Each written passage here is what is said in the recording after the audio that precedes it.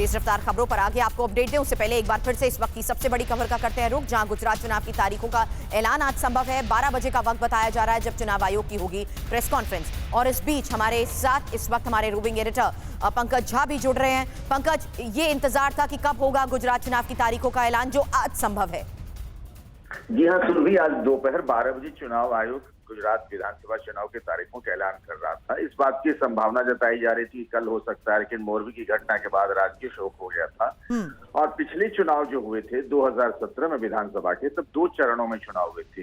अब इस बात पर नजर हुई कि इस बार कितने चरणों में चुनाव होते हैं, किस किस तारीख को मतदान होगा और वोटों की गिनती जो है क्या वो हिमाचल प्रदेश के चुनाव के साथ ही होगा। लेकिन आज तारीखों का ऐलान हो जाएगा और एक तरीके से गुजरात में चुनाव का आगाज हो जाएगा। हालांकि ये जो संभावनाएं थी कि जिस तरीके से हिमाचल में 12 को चुनाव होना है, 8 को ही मतगणना होनी है, तो संभावना यही जताई जा रही थी कि गुजरात की भी मतगणना 8 को ही हो सकती है।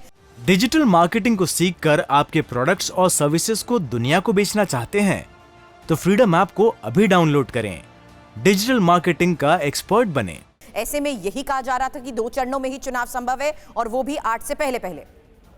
जी हाँ बिल्कुल, पिछली बार भी 2 ही चरणों में चुनाव हुए थे और अलग अलग तारीखों का ऐलान हुआ था गुजरात और हिमाचल प्रदेश का, लेकिन दोनों ही राज्यों में वोटों की गिनती एक ही तारीख हुई थी। जैसा आप कह भी रही थी कि 8 तारीख होती है। संभावना जताई जा रही है कि 8 को ही दोनों राज्यों के लिए चुनावी नतीजे आ जाएंगे और जल्द से जल्द 2 चरणों में विधानसभा के चुनाव हो जाएंगे। हालांकि इस और से चुनाव आयोग की तरफ से क्या संकेत मिले थे, क्योंकि बाकायदा टीम्स इससे पहले जाकर स्टेज का मुआयना कर चुकी थी, वहां पर जिस तरीके से प्रशासन की तैयारी है उसको लेकर भी क्या चुनाव आयोग की तरफ से कुछ कहा गया था?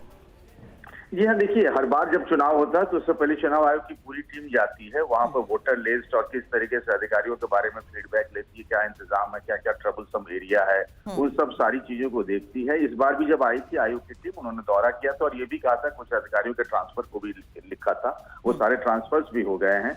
तो ये माना जा रहा है कि आज सिलसिलेवार तरीके से सारी बातें बताएंगे कि सिर्फ तारीखों का नाम जानना है कि किन तारीखों में विधानसभा के चुनाव होने हैं। हालांकि अब पार्टियों की तैयारी की बात करें तो यहाँ पर इस बार पहली बार गुजरात में त्रिकोणीय मुकाबला।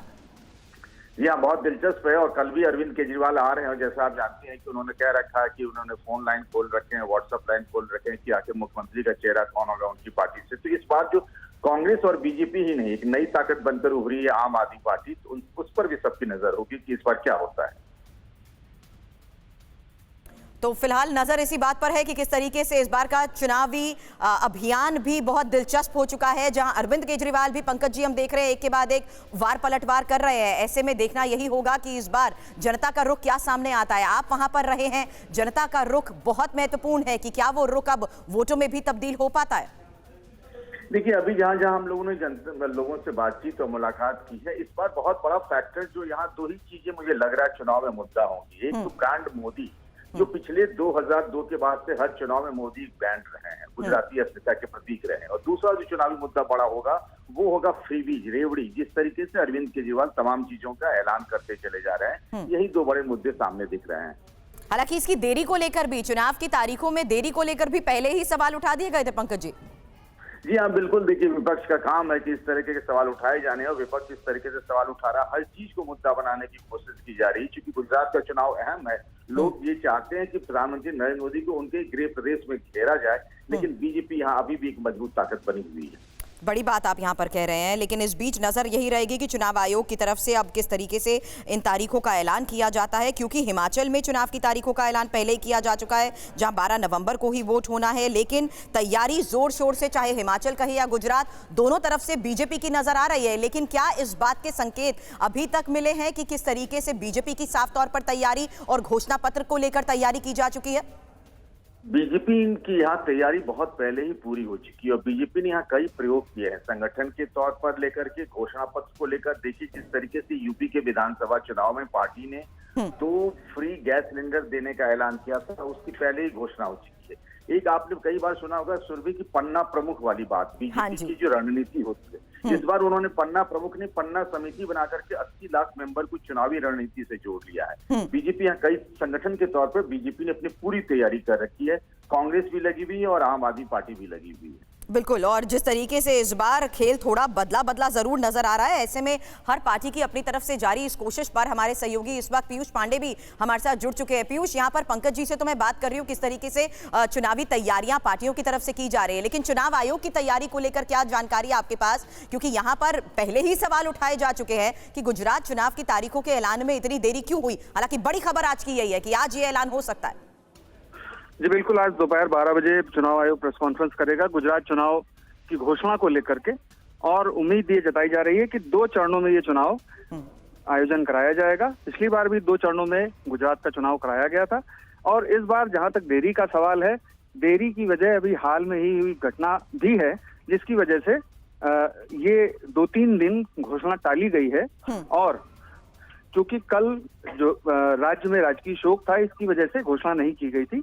आज ये घोषणा की जा रही है, और दोपहर 12 बजे चुनाव आयोग एक प्रेस कॉन्फ्रेंस करके गुजरात चुनाव के जो तिथियां हैं उनकी घोषणा करेगा, और निर्णय कब आएगा चुनाव का उसकी भी घोषणा करेगा। हमने इस बात की पहले भी चर्चा की थी कि कैसे राज्यों का दौरा कर इलेक्शन कमीशन की टीम की तरफ से सब कुछ फाइनलाइज किया गया था। 2017 में 18 दिसंबर को मतगणना हुई थी। इस बार हिमाचल का रिजल्ट 8 को आ रहा है। ऐसे में क्या संभावना अभी भी ये कायम है कि गुजरात का रिजल्ट भी 8 को ही हो?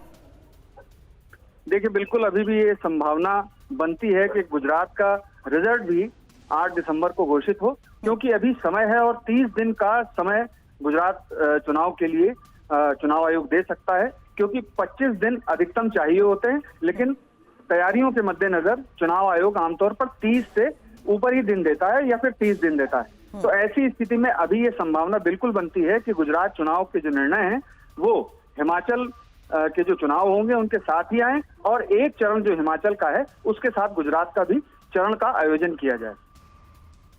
जी, बड़ी बातें आप बता रहे हैं। ऐसे में पीयूष पांडे और पंकज जी लगातार हमें ये अपडेट दे रहे हैं किस तरीके से चुनाव आयोग की पूरी तैयारी की जा चुकी है, और गुजरात चुनाव की तारीखों का ऐलान आज 12 बजे हो सकता है। और संभावना यही है कि पिछली बार की तरह 2 चरणों में ही ये चुनाव होगा। तो गुजरात चुनाव की तारीखों का ऐलान आज TV9 भारतवर्ष आपको एक अपडेट देगा, एक जानकारी देगा कि किस तरीके से चुनाव आयोग की पूरी तैयारी की जा चुकी है, और 2 चरणों में भी संभावनाएं जताई जा रही है। और संभावना इस बात की भी अभी बनी हुई है कि 8 दिसंबर की ही होगी तारीख, जिस दिन हिमाचल का रिजल्ट आएगा, और उसी दिन गुजरात के भी निर्णय सामने आ जाएंगे।